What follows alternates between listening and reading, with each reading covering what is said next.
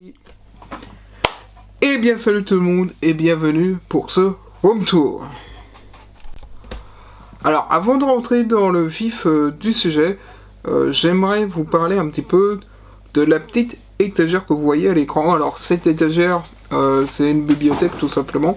Et comme vous pouvez le voir à l'écran, j'ai décidé de mettre des caméras pour deux raisons. Alors la première raison, on va dire que c'est un petit clin d'œil à un vidéaste en particulier que je regarde depuis un certain temps. Je vous avais fait une vidéo top 10 de mes vidéastes vlogueurs, voyageurs, si je vous dis pas de bêtises. Et je vous l'avais mis en top 1 notamment. Donc c'était un petit clin d'œil à Julien Fabreau et notamment à son premier setup qu'il avait fait. Pourquoi ? Parce que Julien Fabreau avait fait un espèce de, on peut dire, musée de caméras, tout simplement.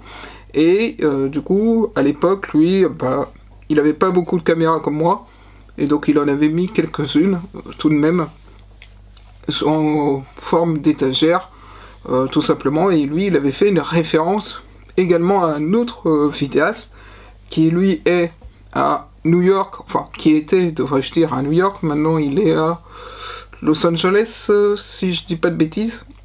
Après, il faudra revérifier les infos, mais normalement, il est à Los Angeles, si je dis pas de bêtises. Et ce vidéaste, c'était Casey Neistat.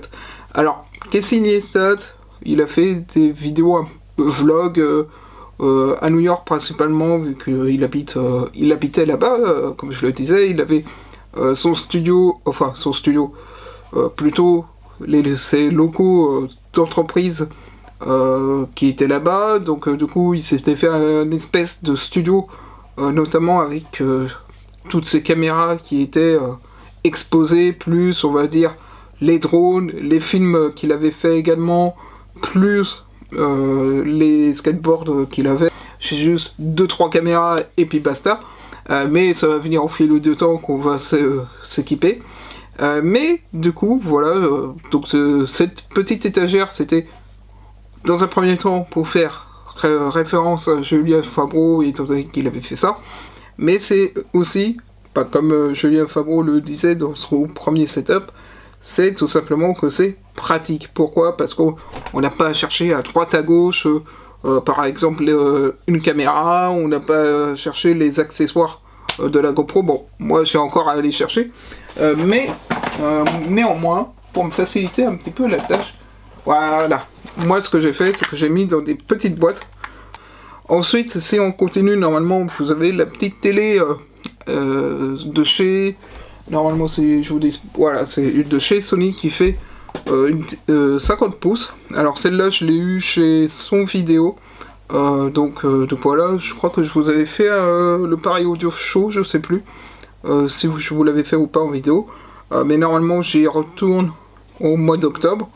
Donc si je vous l'ai pas fait, je vous le ferai à ce moment-là, tout simplement. Et donc du coup, j'avais récupéré cette télé de chez Son Vidéo, tout simplement, qui est reliée à une barre de son de chez Sony, qui est elle-même reliée avec la PS4 Collector Star Wars. Normalement là, vous devez avoir les images un petit peu de ma zone de travail, parce que oui, il faut savoir que dans ce studio, il y a, on peut dire, 2-3 zones principales. Il y a la zone, bien sûr, où je dors, avec le lit, mais il y a une zone détente avec la télé, justement, et la PS4, et il y a une zone, on va dire, travail. Donc, du coup, on y retrouve mon PC MSI, donc c'est une bonne bête de course, mais des fois, on va dire, qu'il rame un peu sur, on va dire, des gros projets, au niveau de montage vidéo. Par exemple, là où il va ramer, c'est quand je vais lui mettre des rushs 4K en PS4. Oh, PS4, n'importe quoi. Sous format GoPro. Donc là, par exemple, il va ramer un petit peu. Ou alors, je vais pas pouvoir lui faire tourner After Effects dessus. Malheureusement, les deux seuls logiciels que je peux lui faire tourner, c'est Premiere Pro et Photoshop. Bon, vous me direz, c'est déjà pas mal, on peut faire les vidéos, etc. C'est déjà pas mal. Ensuite, Du coup, on a 2 écrans d'ordinateur, donc un qui vient de chez Asus et un autre de chez Philips, donc ils font tous deux du 24 pouces. On a également mon PC fixe qui vient lui de chez Topachat. Alors je pourrais pas trop vous dire ce qu'il y a à l'intérieur de ce PC parce que c'est un PC custom et en plus les pièces ne sont plus disponibles chez Topachat malheureusement, puisque vous avez l'option configumatique et avec cette option là vous pouvez créer votre propre PC.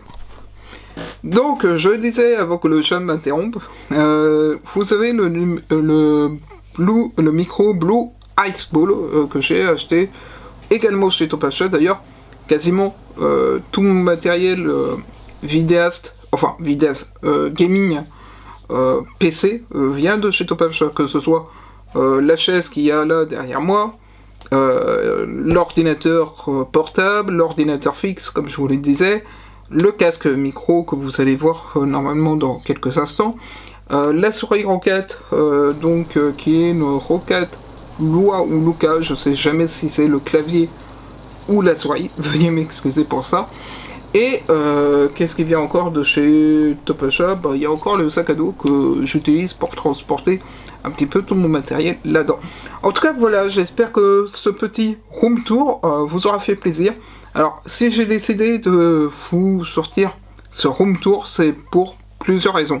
Déjà, de 1, c'est parce que j'y passe, 99, enfin maintenant un peu moins, mais un peu plus de 75%, on va dire, de mon temps ici.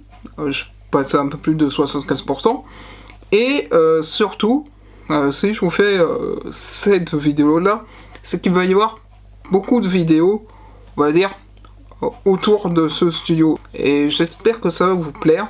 Et en tout cas, c'est la reprise des vidéos sur la chaîne Malarus. Et oui, j'ai repris le nom que j'avais avant pour des raisons, on va dire, professionnelles. Les lives ont repris pour ceux que ça intéresse sur la chaîne Twitch. Vous tapez Malarus Darkness, sinon vous aurez la barre Twitch en lien d'info.